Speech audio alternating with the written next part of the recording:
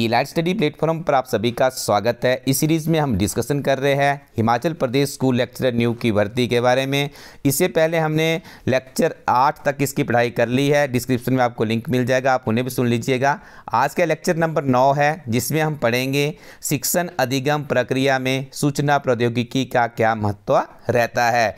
इसमें इंक्लूड किया गया है आईसीटी शिक्षण अधिगम प्रक्रिया, उसका अर्थ और उसका उपयोग। उसके बाद मुक्त शैक्षणिक संसाधन है, हमारे पास स्वयं है, और एमसी की अवधारणा है भारत सरकार द्वारा स्कूली शिक्षा में डिजिटल पहल। देखिए, वर्तमान समय में यदि हम बात करें आईसीटी की, इंफॉर्मेशन एंड कम्युनिकेशन टेक्नोलॉजी की, तो हमारी जो विभिन्न तरह की शैक्षणिक गतिविधियां हैं इसी के माध्यम से संपन्न की जा रही है। वर्तमान समय में जब आप भी अपनी स्कूल लेक्चरर की जॉब के लिए आएंगे तो आपको भी आज की डेट में सरकारी स्कूलों में से बहुत से यंत्र, बहुत से उपकरण मिलेंगे, जिनके माध्यम से आपको टेक्नोलॉजी के साथ में आगे बढ़ते हुए अपने पठन पाठन की क्रिया को आगे बढ़ाना होगा। तो यहाँ पे देखिए, आईसीटी एक बहुत ही महत्वपूर्ण रोल प्ले करता है। यदि हम बात करें शैक्षणिक गतिविधियों की, सूचना प्रौद्योगिकी के माध्यम से सारी की सारी चीज़ें स्टूडेंट्स के लिए अवेलेबल करवाई जाती है, जहाँ पे आपके पास एक इंटरेक्टिव लर्निंग प्लेटफॉर्म होता है, एक बहुत ही इंटरेस्टिंग या रोचक विद्यार्थियों तक आपके ज्ञान की पहुँच बनती है। व्यक्तिगत तौर पर भी आपको सीखना पड़ेगा शिक्षण शिक्षा और संबंधित पहलू, जिसमें भारत में शिक्षा में ऐतिहासिक पहलू है। शिक्षण शिक्षा का दायरा, शिक्षक शिक्षा कार्यक्रमों में प्रकार और उसका स्तर क्या है, ये सारी चीज़ें देखिए एक शिक्षक को अपने जीवन में ढालनी होती है। तो शिक्षण सशक्तिकरण है, जो कि आईटी उपकरण और संसाधन शिक्षकों को अधिक कुशल और प्रभावी बनाने में सहायता करते हैं। यदि हम बात करें इस आईसीटी की, तो आपको इसकी एब्रिविएशन हमने बता दी कि आईसीटी होता है इंफॉर्मेशन एंड कम्युनिकेशन टेक्नोलॉजी। यदि इसका एक व्यापक शब्द में इसका अर्थ हम निकालें तो इसका अर्थ होता है जो computer, internet, mobile phone, tablet, video game आदि जैसी सभी सूचनाएं और संचार प्रौद्योगिकियों को संदर्भित करता है। आईसीटी हमें तेज़ी से बदलते हुए विश्व में रहने और काम करने में मदद करता है।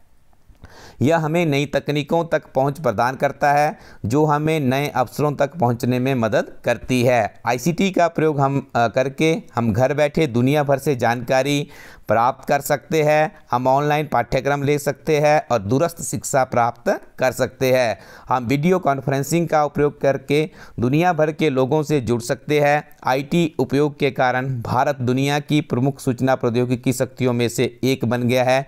यह क्षेत्र भारत के आर्थिक विकास में महत्वपूर्ण भूमिका निभा रहा है।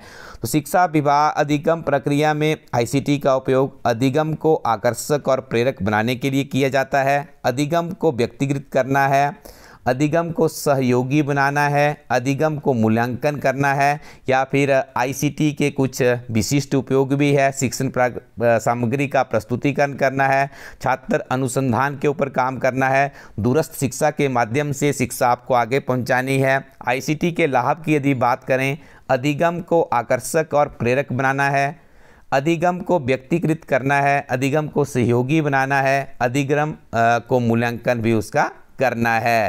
लेकिन इसके समक्ष कुछ चुनौतियां भी आती है। तकनीकी के साथ में सबसे बड़ी जो इसमें चुनौती आती है, तकनीकी के साथ में हमारे अध्यापकों का एक फैमिलियर इन्वायरमेंट नहीं बन पाता है।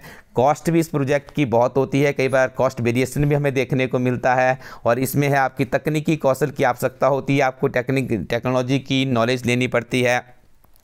तो कई बार हमारे शिक्षकों को ये चीज़ें भी नहीं मिल पाती है। इसके अलावा सेकेंड यूनिवर्सिटी हमारे पास दूरस्थ शैक्षणिक संसाधन, जिसमें सरकार के द्वारा स्वयं है, MOOCs है, मॉक्स जिसे आप कह सकते हैं। शिक्षा को सबके लिए सुलभ बनाने का रास्ता इनके माध्यम से तैयार किया गया है। शिक्षा हर किसी के लिए एक बुनियादी अधिकार है, मगर पारंपरिक शिक्षा का ढांचा अक्सर भौगोलिक, आर्थिक और सामाजिक बाधाओं से जूझता है। वहीं से दूरस्थ शैक्षणिक संस्थान यानी ओपन एजुकेशनल रिसोर्सेज, स्वयं और मॉक्स जैसी पहले सामने आती है, जो शिक्षा को सुलभ और सभी के लिए मुफ्त बनाने का लक्ष्य रखती है।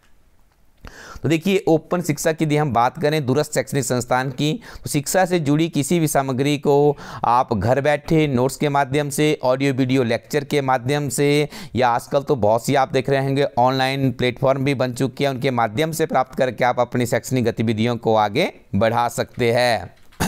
अक्सर जो आपको यहाँ पे प्रश्न देखने को मिलेगा वो स्वयं से संबंधित प्रश्न आपको जरूर इन 20 प्रश्नों में एक प्रश्न देखने को मिलेगा। सबसे पहले याद रखिएगा ये जो स्वयं है इसकी एब्रीविएशन क्या है। तो देखिए इसकी एब्रीविएशन बनती है study webs of active learning for young aspiring minds. ठीक है जी, भारत सरकार की एक पहल है जो उच्च गुणवत्ता वाले ऑनलाइन पाठ्यक्रमों को मुफ्त में उपलब्ध कराती है।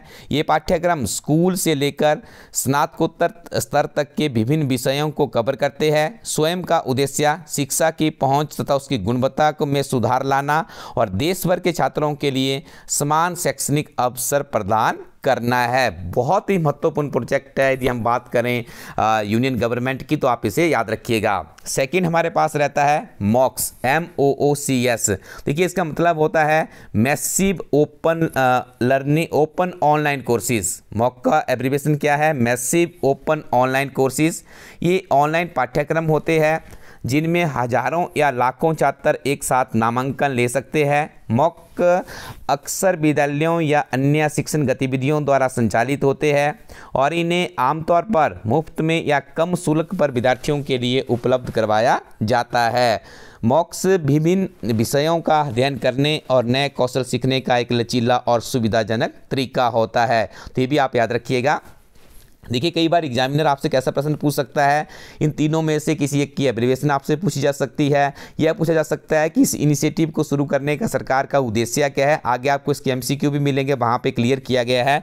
अब देखिए एक ऐसा प्रश्न भी यहाँ से बन सकता है कि जो हमने आपको अभी पढ़ाया OER, स्वयं और मॉक्स है, इसके क्या लाभ है या इसके समक्ष कौन कौन सी चुनौतियां हैं। देखिए बहुत ही सरल और संक्षिप्त नोट्स की भाषा में यहाँ पे आप देख रहे होंगे इन सारी चीज़ों को हमारी टीम के द्वारा एक्सप्लेन किया गया है। तो आप थोड़ा सा इन्हें सेल्फ स्टडी में कर लीजिएगा।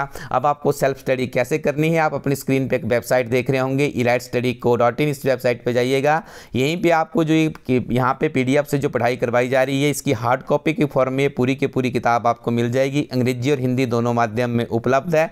आप इस किताब को अपने पास रखिएगा और इन लेक्चर्स को सुन लीजिएगा, क्योंकि यहाँ से आपको एक विजन मिलेगा। जब आप इन चीज़ों को बार बार पढ़ेंगे तो आने वाली परीक्षा में जो 20 नंबर है जो कि आपकी इस एग्जामिनेशन की रूपरेखा को निर्धारित करेंगे, आपके सिलेक्शन को सुनिश्चित करने में एक अहम भूमिका सुनिश्चित करेंगे। इसको आप मजबूत कर लीजिएगा।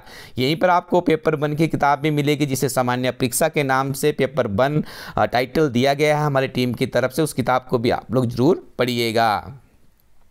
अगला टॉपिक था हमारे पास भारत सरकार द्वारा स्कूली शिक्षा में डिजिटल पहलें। तो देखिए इसके लिए दीक्षा एक पोर्टल है, बहुत ही महत्वपूर्ण है। इसकी एब्रीविएशन समझ लीजिएगा, digital infrastructure for knowledge sharing. तो आपको पता लग चुका होगा कि ये एक ऐसा प्लेटफॉर्म है जहाँ पे डिजिटल तरीके से सरकार क्या करती है, विभिन्न तरह की सूचनाएँ पहुँचाने का प्रयास करती है। इस पोर्टल की शुरुआत की गई है शिक्षा मंत्रालय के द्वारा। देखिए वर्तमान में जो हमारा एजुकेशन डिपार्टमेंट है, पहले इसका नाम मानव संसाधन इस तरह से कुछ हुआ करता था, लेकिन वर्तमान में आपने याद रखना है, वर्तमान में जो हमारा यूनियन गवर्नमेंट का जो या भारत सरकार का जो शिक्षा मंत्रालय है उसका नाम सिंपल कर दिया गया है एजुकेशन डिपार्टमेंट, एजुकेशन मिनिस्ट्री या शिक्षा मंत्रालय आप इसे कह सकते हैं।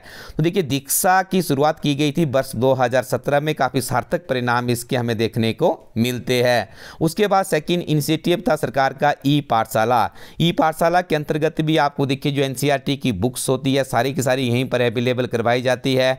ऑनलाइन लर्निंग प्लेटफॉर्म में देखिए स्वयं के बारे में हमने आपको पढ़ा दिया, तो यहाँ पे भी देखिए कुछ इसमें और जानकारियाँ इंक्लूड की गई है, जिसमें हमारी देखिए जो शैक्षणिक गतिविधियों से संबंधित संस्थान है AICTE है, NPTEL है, UGC है, CEC है, NCERT है, NIOS है, IGNOU है, IIMB है, NITTR है। ठीक है, ये सारी चीज़ें आपके दिमाग में होनी चाहिए। शाला दर्पण है, ये भी एक बहुत महत्वपूर्ण देखिए टीचरों से संबंधित एक प्लेटफॉर्म है। तो देखिए डिजिटल टेक्नोलॉजी के माध्यम से जो पढ़ाई हो रही है उसके क्या लाभ है, क्या हानियां हैं, ये सारी जानकारियां आपको यहाँ पर मिलने वाली है।